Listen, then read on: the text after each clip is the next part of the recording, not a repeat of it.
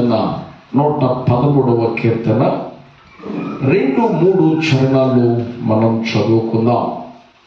కీర్తనలు ఎందుకు చదువుతున్నానంటే, నేను ఇప్పుడు కీర్తనల భాగాన్ని చదువుతున్నా. చదివే ప్రతి అధ్యాయముల నుండి, ప్రతి కీర్తనలో నుండి దేవుని వాక్యాన్ని, ప్రతి పుస్తకముల నుండి దేవుని వాక్యాన్ని తప్పక మీకు అందిస్తూ ఉంటా. ఓకే, దేవుని వాక్యాన్ని ధ్యానం చేయాలి. 113వ కీర్తన, పేజీ నెంబర్ 513, ఓల్డ్ టెస్టమెంట్ పాత నిబంధన, పేజీ నెంబర్ 513, 113వ కీర్తన 2-3 చరణాలు మనం చదువుదాం. సూర్యోదయము మొదలుకొని ఇది మొదలుకొని ఎల్ల కాలము యెహోవా నామము సన్నుతింపబడును గాక. సూర్యోదయం మొదలుకొని సూర్య అస్తమయం వరకు యెహోవా నామము స్తుతి నొందదగినది. స్తోత్రం చెప్పండి అందరూ. ఈ మాట నాతో చెప్పండి. ఇది మొదలుకొని ఎల్ల కాలము యెహోవా నామము సన్నుతింపబడును గాక. సూర్యోదయం మొదలుకొని సూర్యాస్తమయం వరకు యెహోవా నామము స్తుతి నొందదగినది. చాలు, దేవుని వాక్యాన్ని ధ్యానం చేద్దాం. వాక్యములో మనం చదువుతున్నాం. కీర్తనకారుడు అంటూ ఉన్నాడు, ఇది మొదలుకొని ఎల్ల కాలము యెహోవా నామము సన్నుతించబడునుగా. అంటే నేను స్తుతిస్తూనే ఉంటాను. నా జీవితంలో, నా దినములో సూర్య ఉదయం మొదలుకొని సూర్య అస్తమయం వరకు యెహోవా నామాన్ని స్తుతిస్తూనే ఉంటాను అని అన్నాడు. వాక్యాలు మనం చదువుతాం. స్తుతిస్తున్నాడు. ఎందుకు స్తుతిస్తున్నాడు? స్తుతించడానికి కారణం ఏమిటి? స్తుతించడానికి రీజన్ ఉండాలిగా. స్తుతించడానికి కారణం ఏమిటి? ఎందుకు స్తుతిస్తాను అని అంటున్నాడు అంటే, దయచేసి ఆ మాట మనం చదువుకుందాం. ఇదే 113వ కీర్తన 8-9 చరణాల్లో మనం చదువుకుందాం. ఆయన నేల నుండి దరిద్రులను లేవనెత్తువాడు, పెద్ద కుప్ప మీద నుండి పేదలను పైకెత్తువాడు. ఆయన సొత్తు లేని దానిని ఇల్లాలుగాను కుమారుల సంతోషము గల తల్లిగాను చేయును. స్తోత్రం చెప్పండి. బాగా ఆలోచించండి. అతడు దరిద్రుడిగా ఉన్నాడు, భేదవాడిగా ఉన్నాడు. వాక్యంలో రాయబడింది, సామెతలో, ధనవంతుడట దురుసుగా మాట్లాడతాడట, దురుసుగా జవాబిస్తాడట. దరిద్రుడు బతిమాలి మనవి చేసుకుంటాడట. సామెతలో రాయబడింది. ఇక్కడ మనం చదువుతున్న ఈ మాట మీరు ఆలోచించండి. దరిద్రుడిగా నేను ఉన్నాను, దానికి పైపెచ్చు పేదవాడిగా ఉన్నాను. దరిద్రుడుగా ఉన్నాడు, పేదవాడుగా ఉన్నాడు, పైపెచ్చు సంతానం లేని వాడిగా ఉన్నాడు. ఎట్లా ఉన్నాడు? 3 రకాల అనుభవం. ఇటువంటి స్థితిలో నేను ఉన్నాను. ఏమండి, పేరు ఖ్యాతి ఉన్నవాళ్ళ పక్షాన్ని ఎవరైనా నిలబడతారు, ధనం ఉన్నవారి పక్షాన్ని ఎవరైనా నిలబడి మాట్లాడతారు. కానీ పేదవారు, పేదవారు, దరిద్రుల పక్షాన్ని ఎవరు నిలబడతారు? ఎవరు మాట్లాడతారు? ఇవన్నీ సవిచూశాడు తన జీవితంలో. అన్యాయాల మీద అన్యాయాలు అతనికి జరుగుతూనే వచ్చింది. అయినా నేను దేవుని సన్నిధిలో క్రమం తప్పను, స్తుతించడం మానను, ఆరాధించడం మానను. స్తోత్రం చెప్పండి. స్తుతించడం మానను, ఆరాధించడం అనేదో పాట ఉంది కదా చక్కగా. ఏంటి? స్తుతించుట మానను, ఆరాధన ఆపను. ఎంత మంచి పాట అండి, అవునా? కానీ మనం దానికి రివర్స్. ఆహారము మానను, నిద్రించుట ఆపను, తన చిత్తమునకు తల వంచను. అవునా? మనం రివర్స్ అన్నమాట. స్తోత్రం చెప్పండి. దేవుని బిడ్డలారా, మీరు ఆలోచించండి. దేవుని వాక్యం మనం చదువుతున్న ఈ మాట ఆలోచించండి. ఇన్ని పరిస్థితుల్లో అతనికి ఎదురొచ్చాయి. దరిద్రుడు ఉన్నాడు, ప్లస్ పేదవాడు ఉన్నాడు, సంతానం లేని వాడు ఉన్నాడు. ఇవన్నీ తన జీవితంలో ఎదురైనవి. దరిద్రుడికి ఈ విధంగా, పేదవాడికి ఈ విధంగా అన్యాయం జరుగుతుందో ఇదంతా గుర్తించాడు. ఆయన దేవుని సన్నిధిని విడిచిపెట్టక దేవుని సన్నిధిలో సాగుతూ ఉండగా అతని జీవితంలో జరిగింది ఏంటో చెప్పన. దయచేసి ఆ మాట మనం చదువుకుందాం. చూడండి, 118వ కీర్తన, 118వ కీర్తన 6-7 చరణాలు మనం చదువుకుందాం. యెహోవా నా పక్షముననున్నాడు, నేను భయపడను, నరులు నాకేమి చేయగలరు. యెహోవా నా పక్షము వహించి అబ్బా నాకు ధనవంతుల పక్షాన జనాలు ఉన్నారు, పేరు ఖ్యాతి కలిగిన వారి పక్షాన ప్రజలు ఉన్నారు, కానీ నా పక్షాన ఎవరు లేదే. నాకు జరిగే అన్యాయాన్ని ఎదిరించే నాదుడు లేడే. నేను దరిద్రుడైనా, బీదవాడినైనా, పిల్లలు లేనటువంటి వాడినైనా, సంతానం లేనటువంటి వాడినైనా అని నొచ్చుకుంటూ ఉన్నాడు. కానీ దేవుని స్తుతించడం మానలా. దేవుని స్తుతించటం చేస్తూనే ఉన్నాడు. ఇట్లా కొనసాగుతూ ఉండగా దేవుడు పట్టించుకుని అతని పక్షమునకు వచ్చి, ఎవరున్నా లేకున్నా నేను నీతో ఉన్నాను, నీకు సహకారినవుతా. స్తోత్రం చెప్పండి. నీకు సహాయం చేస్తా. ఏం చేస్తాడండి? అందరూ చెప్పాలి. దేవుడు సహాయకుడు. దేవుడు ఎటువంటి వాడండి? సహాయకుడు. ఇది గుర్తించిన అతడు, దేవుడు నా పక్షమున నాకు సహకారై ఉన్నాడు గనక, దేవుడే వ్యాజ్యమాడుతున్నాడు గనక, ఇది మొదలుకొని ఎల్ల కాలము దేవుని స్తుతిస్తూనే ఉంటాను. సూర్య ఉదయం మొదలుకొని సూర్యాస్తం వరకు దేవుణ్ణి స్తుతిస్తూనే ఉంటాను. ఏం చేస్తాడట? అందరూ చెప్పాలి. ఇట్లా కొనసాగుతుంటే దేవుడు జ్ఞాపకం చేసుకుని అతని స్థాయిని మార్చేసాడు. ఇదే 113వ కీర్తనలో 7వ చరణంలో మనం చదువుకుంటే బైబిల్ సెలవిస్తూ ఉంది, ప్రధానులతో తన ప్రజల ప్రధానులతో వారిని కూర్చుండబెట్టాడు. స్తోత్రం చెప్పండి. బాగా ఆలోచించండి.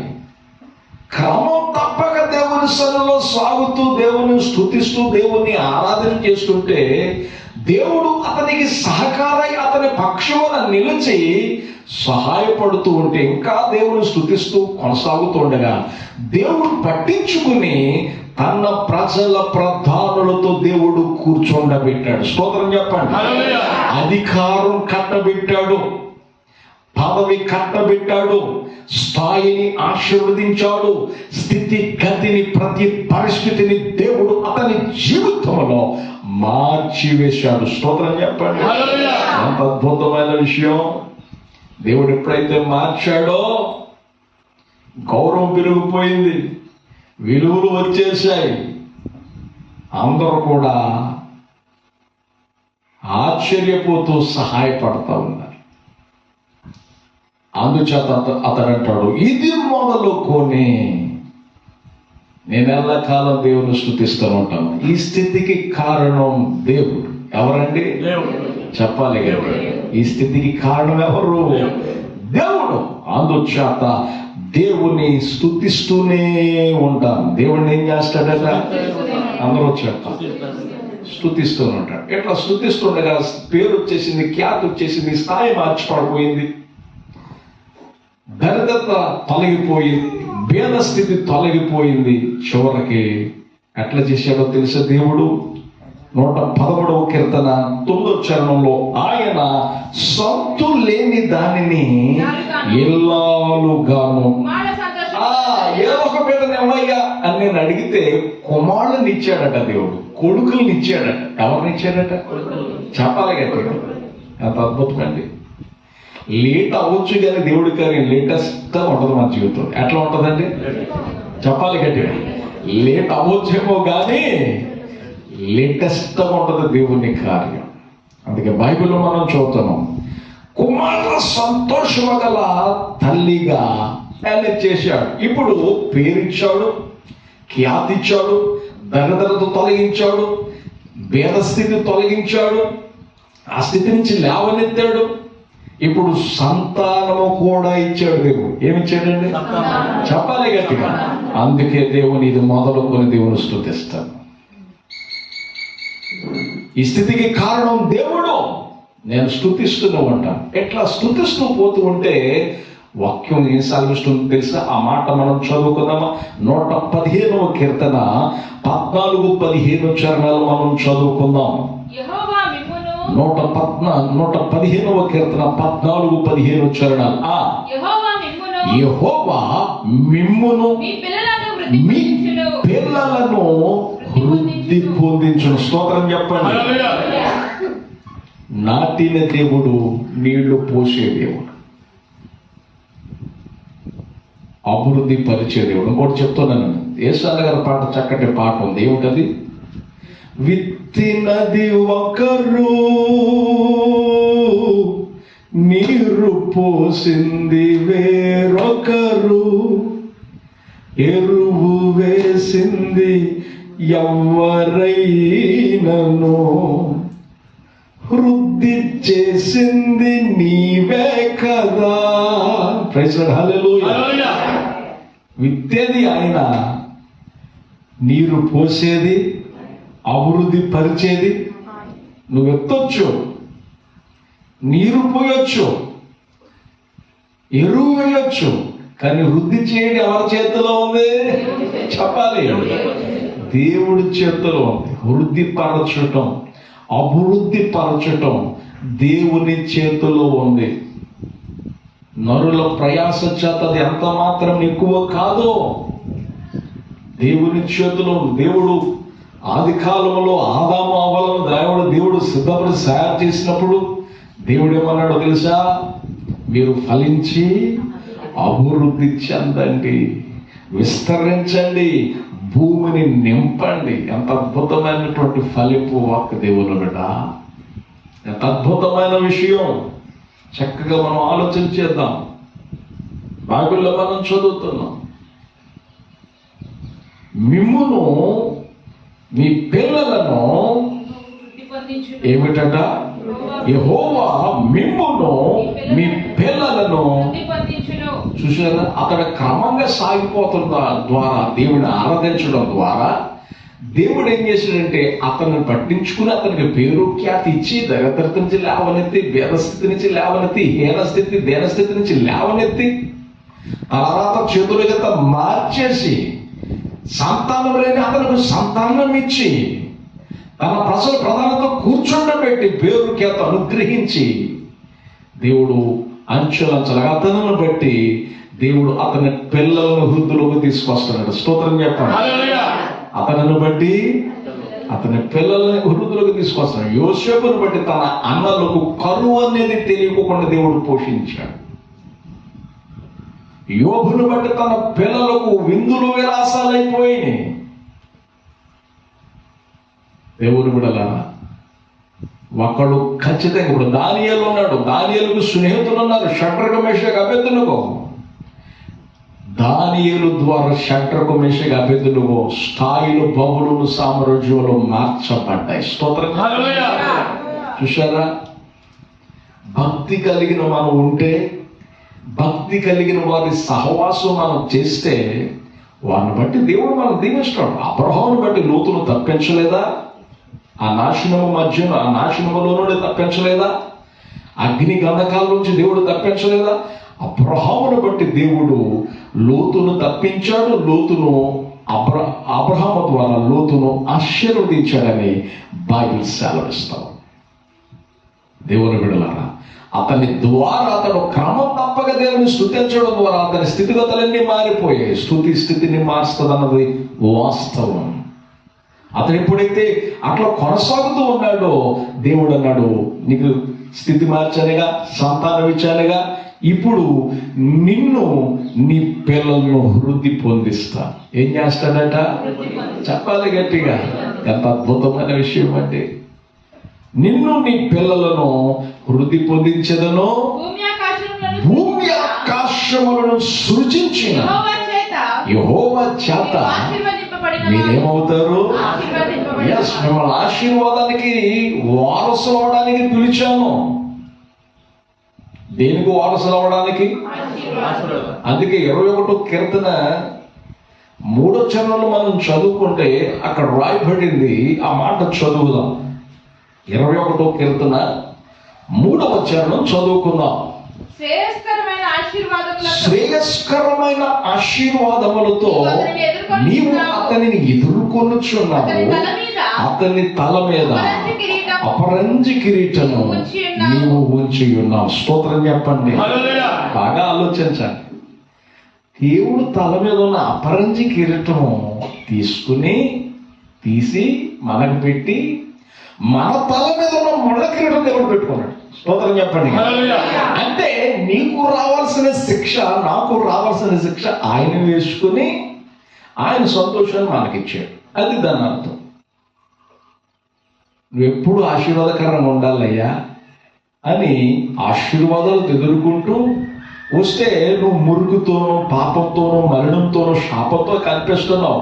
అమ్మో, నా కుమారుడు ఈ భరించలేడు, ముగిలేడు, ఈ దెబ్బలు పడలేడు, శిక్ష భరించలేడు అని చెప్పి నీ మీద ఉన్న ముళ్ళ కిరీటం తీసుకుని, నీ మీద ఉన్న శాపాన్ని తీసుకుని ఆయన మీద వేసుకుని, ఆయన మీద ఉన్న అపరంజి కిరీటము మన మీద పెట్టి మనకి శ్రేయస్కరమైన దీవెనలు ఇచ్చాడు. ఏ దీవెనలండి?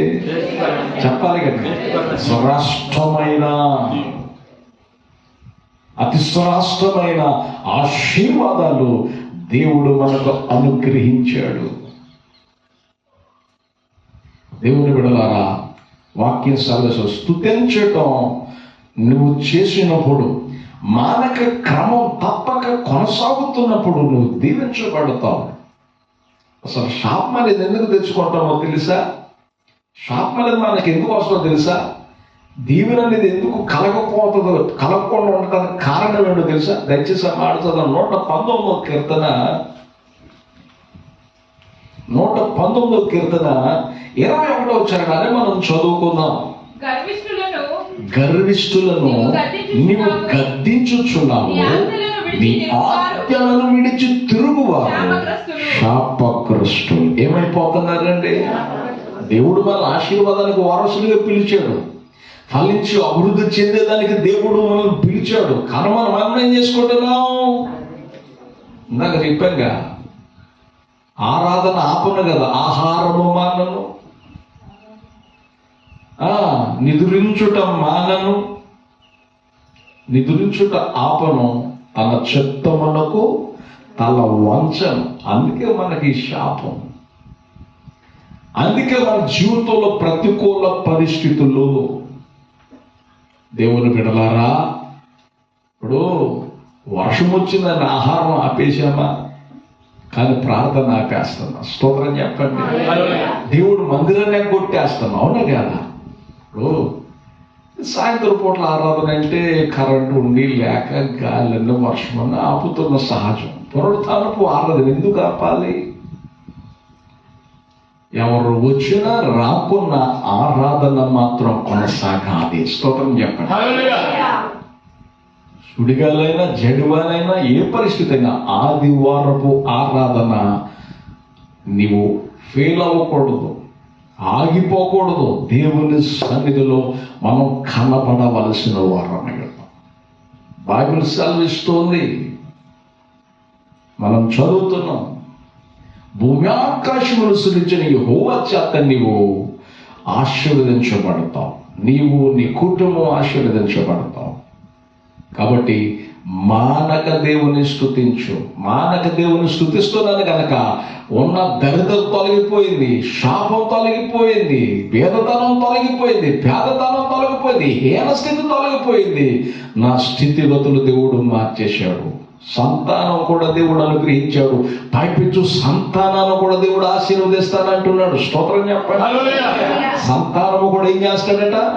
దావీదును బట్టి దావీదు సంతతి అంతటిని బహుగా ఆశీర్వదించాడు. దావీదు సంతతిని ఏం చేశాడు? దేవుడు బహుగా ఆశీర్వదించాడు. అందుకే వాక్యంలో రాయబడింది, అతడు ప్రార్థనలో దేవుని సన్నిధిలో కొనసాగుతూ వచ్చాడు కనుక దేవుడు అతన్ని పట్టించుకున్నాడు. అందుకే వాక్యంలో రాయబడింది, ఆ మాట చదువుకుందాం చూడండి. 112వ కీర్తన 2వ వచనంలో మనం చదువుకుంటే, 112వ కీర్తన 2వ వచనం ఏమిటట?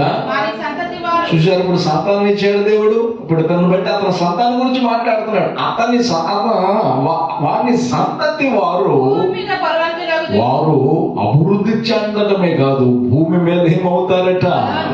చెప్పాలి గట్టిగా, బలవంతులవుతారు. అన్ని విధాలుగా, అన్ని విషయాల్లో బలవంతులవుతారట.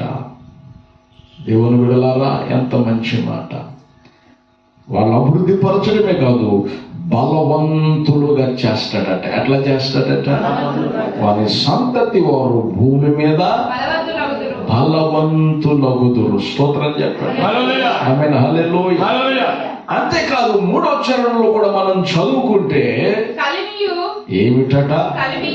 కలిమియు సంపదయు వాని ఇంట. ఎస్, అందుకే నేను ఇది మొదలుకొని ఎల్లకాలం దేవుని స్తుతిస్తాను. నా స్థితి గతులన్నీ దేవుడు మార్చివేశాడు. స్తోత్రం చెప్పండి. ఏం చేశాడట? చెప్పండి గట్టిగా. నా స్థితిగతులు దేవుడు ఏం చేశాడు? మార్చివేశాడు. కనుక నేను ఏం చేస్తానంటే, ఇది మొదలుకొని ఎల్లకాలము దేవుని స్తుతిస్తాను. నా ఏంటేముంది ఈరోజు? కలిమి. ఒకప్పుడేముంది? దరిద్రత, పేద స్థితి, సంతానం లేని పరిస్థితి నా జీవితంలో. ఈ రోజు నాకేమున్నాయి? కలిమి ఉంది, సంపద ఉంది, నా ఇంట సంతతి ఉంది. స్తోత్రం చెప్పండి. వారిని దేవుడు కల్పించుకుని ఆశీర్వదిస్తాడట. శ్రేష్కరమైన దీవెనలతో వారిని ఎదుర్కొంటాడట. అందుకు అతడు అంటున్నాడు, సూర్య ఉదయం మొదలుకొని సూర్యాస్తమయం వరకు దేవుని స్తుతిస్తూనే ఉంటా.